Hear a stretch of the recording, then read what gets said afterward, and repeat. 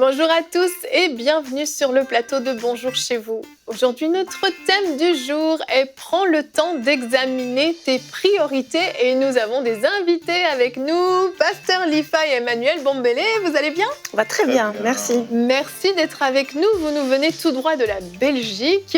Donc, on salue tous les Belges qui nous suivent parce qu'on est de la Belgique. Vous venez de Mons, très exactement, pour ceux qui connaissent. Et vous êtes alors, Pasteur Lifa, tu es avocat en plus d'être pasteur, donc déjà là, je vais te mettre une cape de Superman. Et toi, Emmanuel, tu es kiné, donc là aussi, parce que toi aussi, tu t'investis beaucoup dans l'église, donc vous êtes tous les deux des super-héros. Merci. Non seulement pour ça, mais parce que vous avez 5 enfants aussi. Oh. Oui. Et là, vous êtes doublement des super-héros. Ça peut être retenu contre toi. Donc, attention. Non, mais j'ai un excellent avocat. Et donc, vous êtes tous les deux les pasteurs de l'église La Chapelle Church of God à Mons, donc en Belgique. Merveilleuse église. Vraiment. Une merveilleuse église. Je n'en doute pas. Je n'en doute pas. Je ne l'ai jamais visitée, donc je ne peux pas trop me prononcer. L'invitation est lancée, donc quand tu veux. Bon, mon prochain séjour en Belgique, peut-être. Je ne suis jamais allée en Belgique, en plus. Non, jamais. Bah ouais. Voilà. Je ne peux pas tout visiter.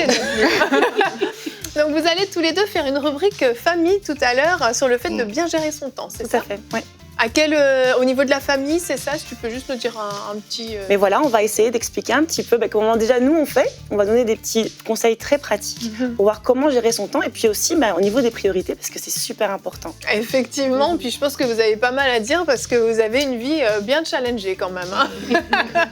Donc on fera ça tout à l'heure, mais avant ça, on va parler, de mettre les bonnes priorités aux bons endroits et on va voir quelle est la priorité des priorités avec toi Nadine dans la pensée du jour.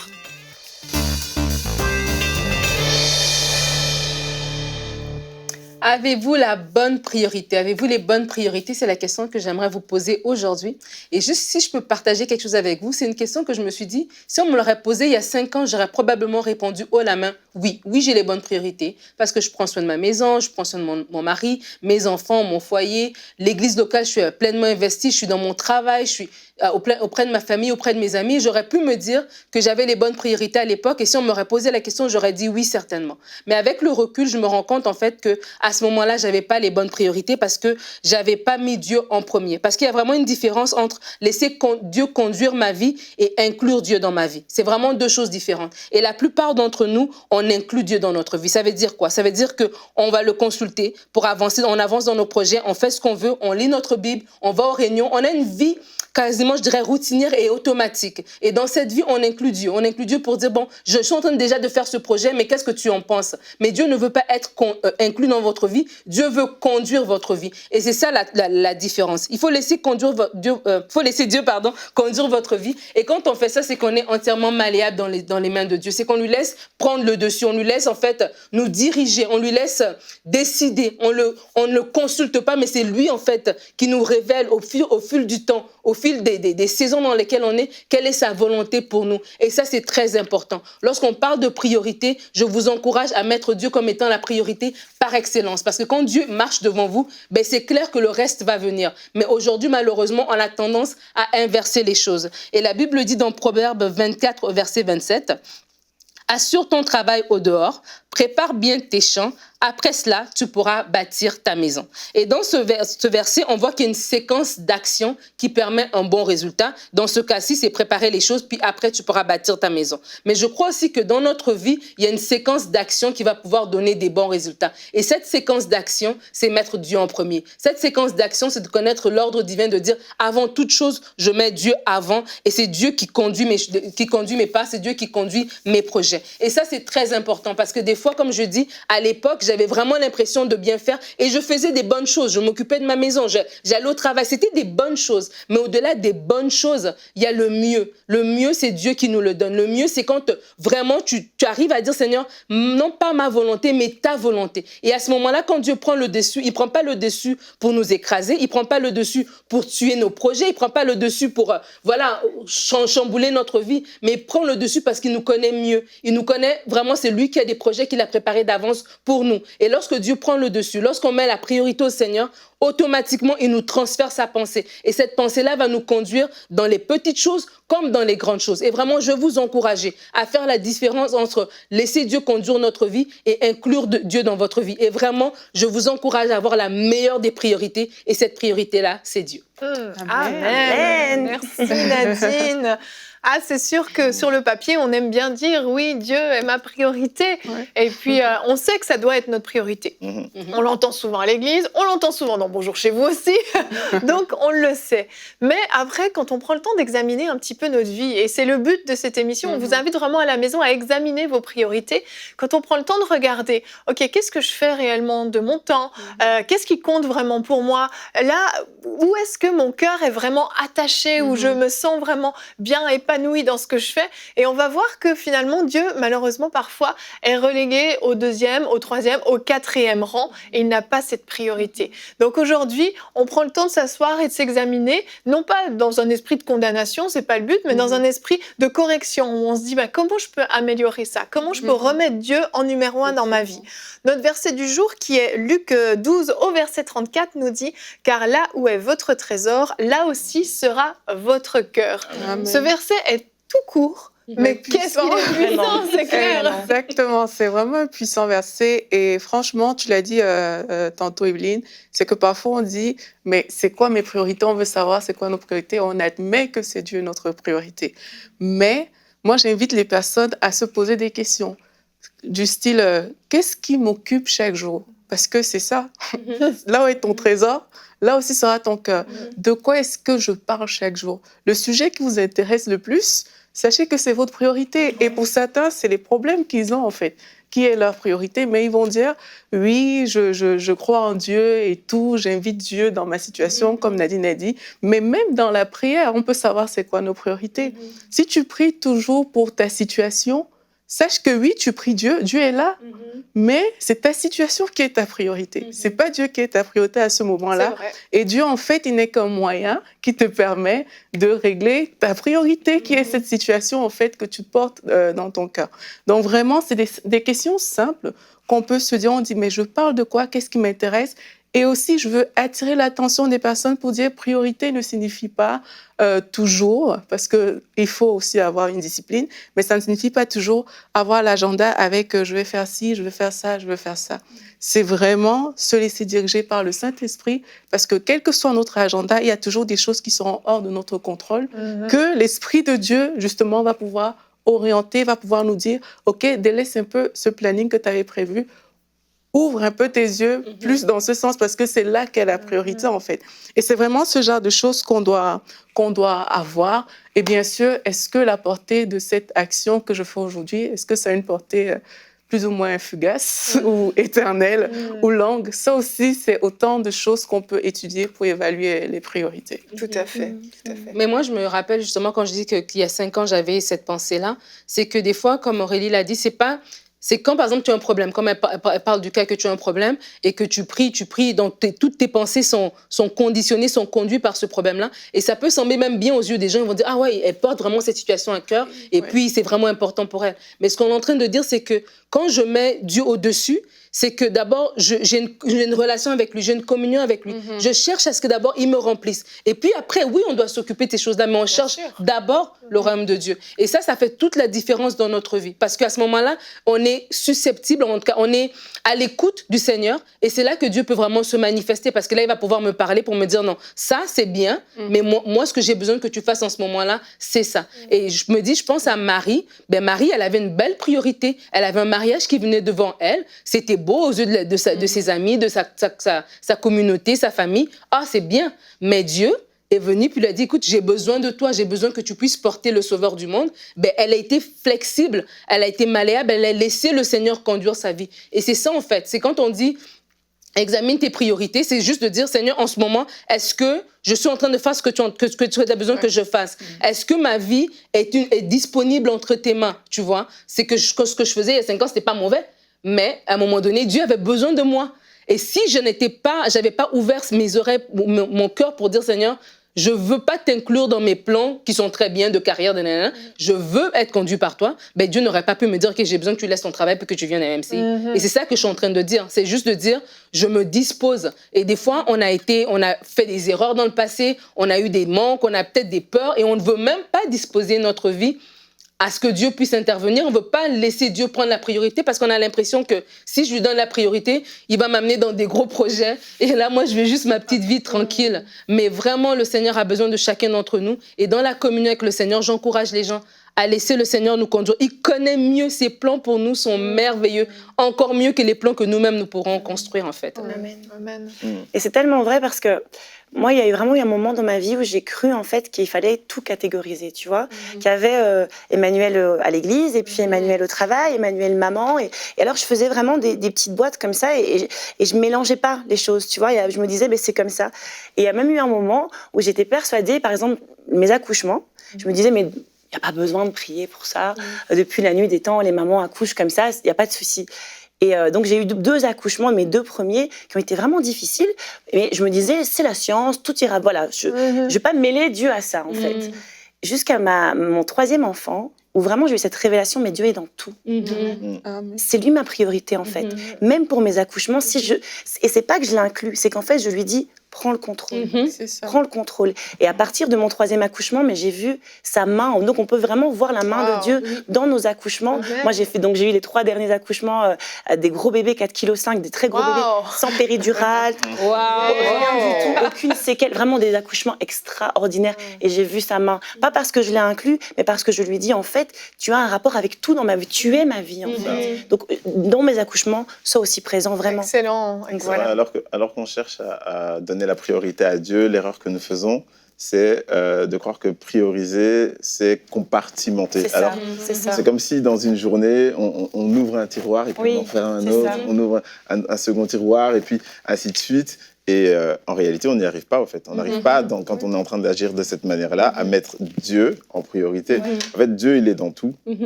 Alors qu'on est dans notre travail, Dieu est là. Le royaume des cieux est tellement proche qu'il est dans notre travail, qu'il est dans notre famille. C'est comme si c'est le principe premier, c'est la pensée première qui nous vient à l'esprit lorsqu'on essaye d'aider notre enfant. La pensée première, c'est Dieu. Quand on travaille, on essaye d'être efficace pour son travail, pour son patron. La pensée première, c'est Dieu encore. Et ainsi de suite. Après, l'autre pensée qui va venir, ce sera notre famille, mon épouse. Je pense à eux quand je suis à mon travail. Je pense à ce que mes enfants, bientôt, ils vont avoir fini à l'école. Je vais devoir me dépêcher de terminer mon travail pour aller les chercher. Et en faisant comme ça, on est un peu moins schizophrène, on va dire. Oui, mais vraiment. Essayer de se découper on est 50 personnes. Tu sais, le lundi, on est quelqu'un d'autre parfois en fait, parce qu'on a mis cette espèce de catégorie comme ça. Alors le lundi, moi je suis plus la même personne. Le dimanche à l'église, même la façon dont on s'habille. Je dis pas qu'il faut pas faire d'efforts le dimanche à l'église, il faut en faire bien sûr, mais quand même il y a des fois un gouffre. Il y a vraiment, c'était 2 personnes différentes en fait. Et non, il faut pas. Non, vraiment. Non, c'est clair, il faut pas. Et une dernière chose que j'aurais envie de rajouter, c'est que parfois on se cache derrière le service pour Dieu, disant parce que je sers Dieu, ça veut dire que je l'ai mis en priorité. Alors que pas du tout. Et je suis désolée pour cette pauvre Marthe, mais je vais reprendre Marthe et Marie en exemple. Et croyez-moi, j'ai une grande compassion pour Marthe. Mais le Seigneur m'a parlé par rapport à Marthe et Marie dernièrement. Et en relisant l'histoire, j'ai réalisé que Marthe avait invité Jésus dans sa maison. C'est Marthe qui l'a invité, c'est pas Marie, c'est Marthe qui l'a invité. Mais elle s'est perdue dans le service, alors que Marie, elle, est simplement allée aux pieds de Jésus. Mais Marthe avait envie de passer du temps avec Jésus. Et parfois, nous, c'est ça. On a envie de passer du temps avec Jésus, mais on va se perdre dans le service, même le service à l'église ou le service pour prendre soin les uns des autres, qui sont des bonnes choses, excellentes, il faut le faire. Mais ce n'est pas ça, mettre Dieu en priorité dans notre vie. Il faut rééquilibrer les choses, avoir ces temps où on va se recharger, comme tu le disais Nadine, où on remplit pour ensuite pouvoir déverser. Et si on oublie ces moments-là, finalement, finalement, on va inverser les priorités. C'est là où ce sera vraiment dommage pour nous. On va continuer, on va voir comment avoir justement des bonnes priorités, comment bien gérer son temps quand on est une famille. On en parle donc dans la rubrique famille.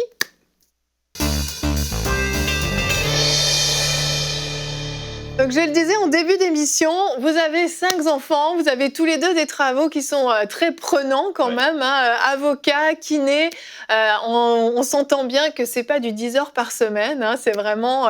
et puis, en plus, toi, Pasteur Lifa, tu as encore des implications en politique et autres, donc je ne rentrerai pas dans tout. Et vous avez l'église. Et donc, vous avez dû apprendre forcément à gérer votre temps, donc je vous donne la parole. Merci beaucoup. Allez, tu peux commencer si tu veux, ou alors je commence. Vas-y, je t'en prie. Allez, c'est parti. Donc, en fait, on s'est rendu compte, à force des fois de faire des erreurs, que en fait, Dieu nous a donné le temps comme une valeur, c'est comme une valeur monétaire, le temps. C'est extrêmement précieux. Et des fois, on gaspille notre temps en des choses qui ne sont pas forcément importantes. Et du coup, on a tout doucement compris que nous, notre famille, on l'a géré. Alors, ça peut sembler étrange, donc je vais essayer d'expliquer après. Le pasteur Lifa va vraiment vous éclairer, mais c'est vraiment comme une entreprise, dans le sens, et c'est pas péjoratif, c'est vraiment une entreprise dans le sens où la parole nous dit, tu aimeras le Seigneur ton Dieu de tout ton cœur, et puis après, il nous parle, tu aimeras ton prochain comme toi-même. Et donc, il y a réellement, en fait, cette entreprise-là, donc il y a Dieu, et puis il y a toi, il y a les autres, puis il y a le temps. Il y a ce temps-là qui est notre valeur monétaire, réellement. Et c'est tellement important, en fait, parce que vraiment, je m'en suis rendu compte à plusieurs reprises que même au niveau de notre famille, des fois, on a vraiment gaspillé notre temps dans des choses qui n'étaient pas forcément importantes, dans des choses que d'autres personnes pouvaient faire. Et on a sacrifié des fois nos enfants. Je le dis vraiment par rapport au ministère, mais parce qu'on s'est dit, mais il faut absolument le faire, mais quelqu'un d'autre pouvait le faire. Et là, c'est vraiment quelque chose que j'invite vraiment les personnes à dire, pose-toi la question, est-ce qu'il n'y a que toi qui peux faire ça, ou alors est-ce que tu es capable de déléguer cette chose-là? Effectivement. Ça. Alors, en gros, finalement, quand on considère les choses comme ça, on se rend compte qu'on est tous impliqués dans une entreprise temps, dans laquelle on essaye de distribuer du temps, répartir du temps. Et je pense à ce passage dans Ecclésiaste 3:1 où il est écrit, il y a un temps pour tout. Et donc, on va essayer de répartir notre temps avec Dieu, notre temps avec nous-mêmes, pour se retrouver des fois avec soi-même, et puis notre temps avec notre prochain, dans soi-même. Si on est marié, il y a son épouse qui est comme notre propre chair, comme nous-mêmes. Et puis, il y a son prochain, il y a notre famille, il y a nos enfants. Et on va avoir cette seule matière première à offrir qui est finalement le temps. Tellement précieux. Et c'est tellement précieux, c'est une grande valeur. Et quand on regarde un peu les textes, on voit que le temps, on peut le racheter. Le temps, on va le donner. Le temps, on va le compter. Et c'est vraiment quelque chose qu'on va manipuler, qu'on va gérer, utiliser à bon escient pour avoir une bonne gestion et pour surtout faire une bonne entreprise. Parce que finalement, une entreprise, elle est en faillite lorsque elle ne rapporte plus suffisamment. Et au niveau du temps, alors, oui, certains vont vous dire le temps, c'est de l'argent et c'est une demi-vérité. On n'a pas tout dit lorsqu'on a dit ça. Mais le temps, surtout, ça nous donne l'occasion de témoigner la mission, plutôt d'entrer dans la mission en fait, que Dieu nous a donnée. Parce que chacun va utiliser le temps en fonction un peu de son objectif de vie, son mode de vie. Et ici, pour nous, notre mode de vie, en tant que croyant, c'est de dire qu'on a reçu une mission de la part du Seigneur, c'est de faire toutes les nations des disciples, c'est prendre soin des nôtres, et il faut à tout prix que le temps soit utilisé dans cette mission-là. Exactement, c'est vraiment ça.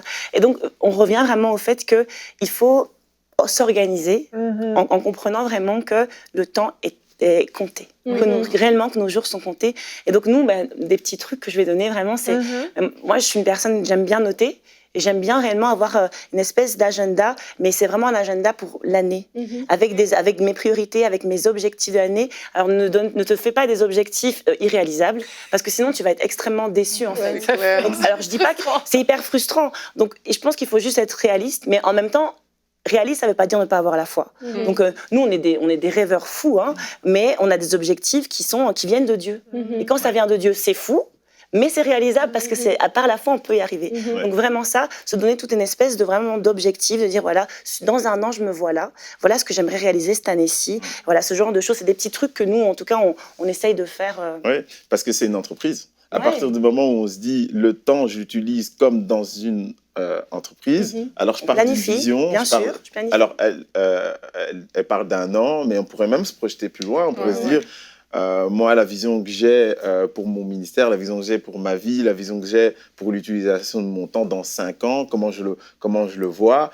Voilà, nous, on a un ministère où voilà, le Seigneur nous a parlé, il faut qu'on implante une seconde église, il faut qu'on ait un ministère pour les enfants. Et voilà, ça, ce sont des visions à long terme. Et là-dedans, dans cette vision-là, on ne peut pas enlever Dieu. On ne peut pas enlever soi-même, on ne peut pas s'enlever, on ne peut pas enlever notre prochain. Et donc, on va les inclure là-dedans et on va répartir comme ça. OK, je vais mettre des temps de formation. Et c'est vraiment super important alors qu'on est en train de comprendre que le temps est une entreprise, est une matière première. C'est super important d'être efficace dans l'utilisation de son temps. Alors, on va se former continuellement pour être certain que quand on travaille, on soit, peu importe notre travail, Emma, elle est kiné, moi, je suis avocat, il faut être super efficace là-dedans. Donc, pour être efficace, il faut passer par des temps de formation. Autrement, c'est impossible de commencer à accumuler plusieurs casquettes parce que pour rendre voilà, au travail, en tant qu'avocat, on fait des conclusions. Donc, on écrit au tribunal. Pour rendre des conclusions, il y a certaines personnes qui vont prendre une semaine, là où normalement 4 heures, tu peux être efficace et rendre des conclusions hyper pointues qui vont faire libérer ton client si tu travailles en droit pénal comme moi. Mais par contre, pour y arriver, il faut être formé. Et au moins on est efficace, et je pense aussi au ministère, au moins on est efficace dans son ministère, au plus on va prendre du temps pour conseiller les gens, on va prendre du temps pour préparer des prédications. C'est ça. Moi, la plupart de mes prédications, et mon épouse vous le dira, je les prépare le samedi, la nuit. Alors, c'est pas idéal, hein, mais ne faites pas ça. Voilà. Ne faites pas ça. Voilà. Mais en gros, j'ai une pensée avec laquelle je vais marcher toute la semaine. Oui, c'est ça.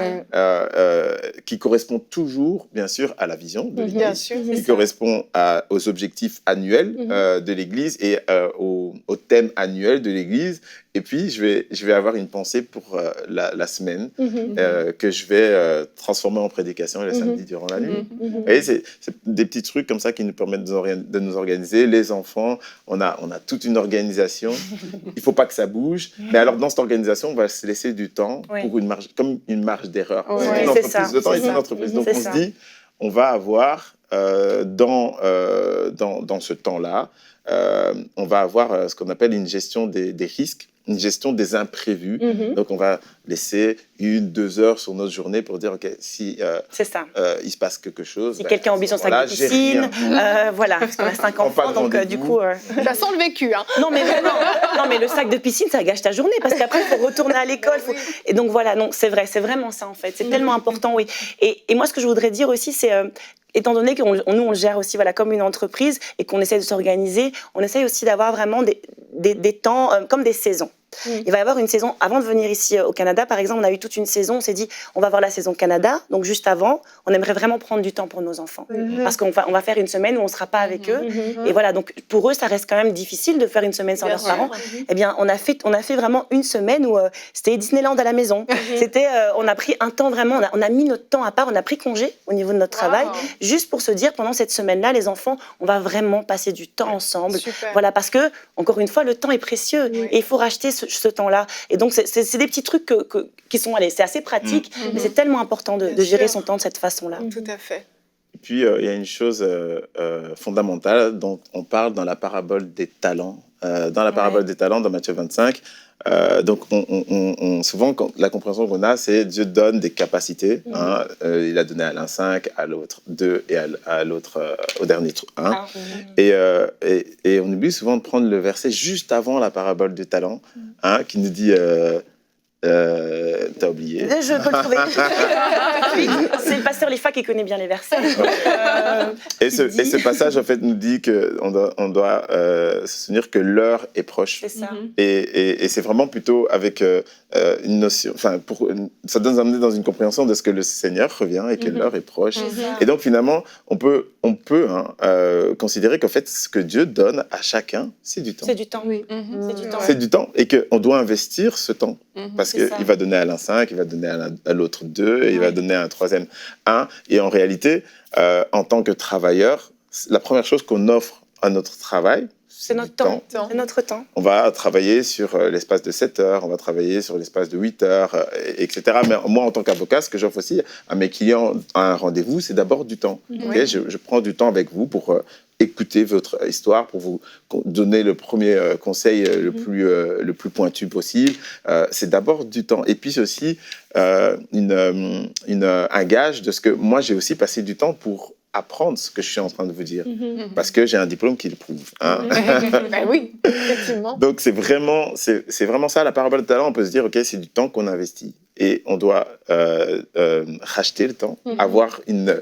c'est comme si on devait, alors qu'on est en train d'investir du temps, gagner du temps. Et c'est ça qui est incroyable, c'est que au plus on a... Et c'est également valable avec le temps qu'on est en train de passer dans le Seigneur. Il y a un texte merveilleux qui dit un jour dans ses parvis vaut 1000 ailleurs.